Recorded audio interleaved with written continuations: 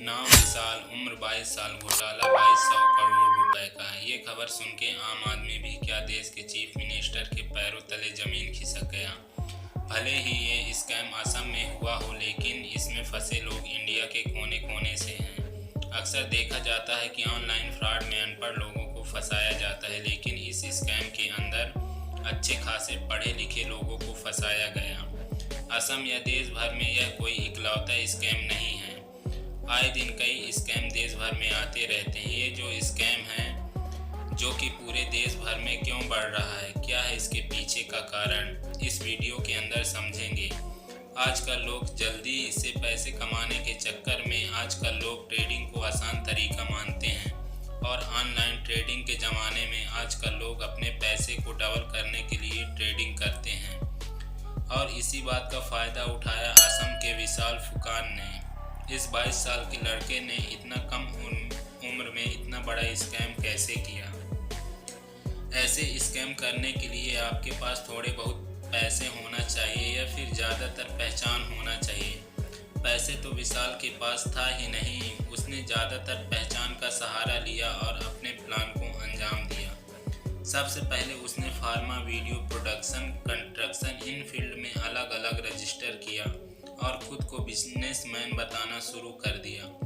उसने अपने social media account में इंटर प्रीमियम बायो एडिट करके, इसकी वजह से उसको अच्छा खासा इमेज लोगों के सामने आने लग गया, जिससे उसे अट्रैक्शन मिलने लग गया और यही से उसका प्लान की शुरुआत हुआ। अट्रैक्शन मिलने के बाद उसने अपने कंपनी के नाम पर लोगों से पैसे लेना शुरू कर दिया। इस पैसे के बदले में अच्छा खासा रिटर्न देने का वादा करता था विशाल, जो कि ऑफर बहुत ही सिंपल था। इन्वेस्टर से बड़ा अमाउंट लेता था, उसके बदले में 60 दिन में 30% रिटर्न देने का वादा करता था।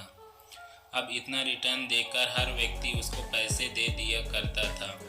विशाल की लाइफ स्टाइल को देखकर और प्रभावित होकर बहुत सारे लोगों ने उसके पास पैसे इन्वेस्ट करना शुरू कर दिए।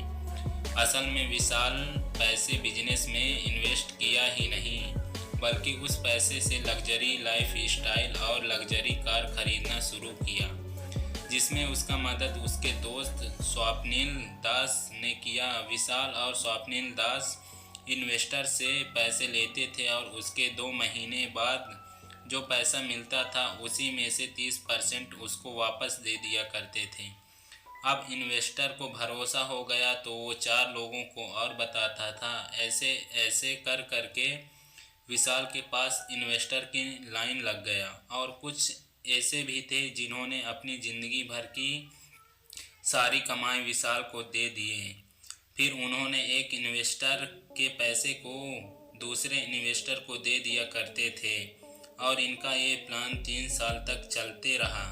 विशाल ने अपनी बहन की शादी में तकरीबन 25 करोड़ रुपए खर्च किया। यहाँ तक तो सब ठीक था। विशाल की पोल तब खुला जब पुराने इन्वेस्टर को पैसे मिलना बंद हो गया।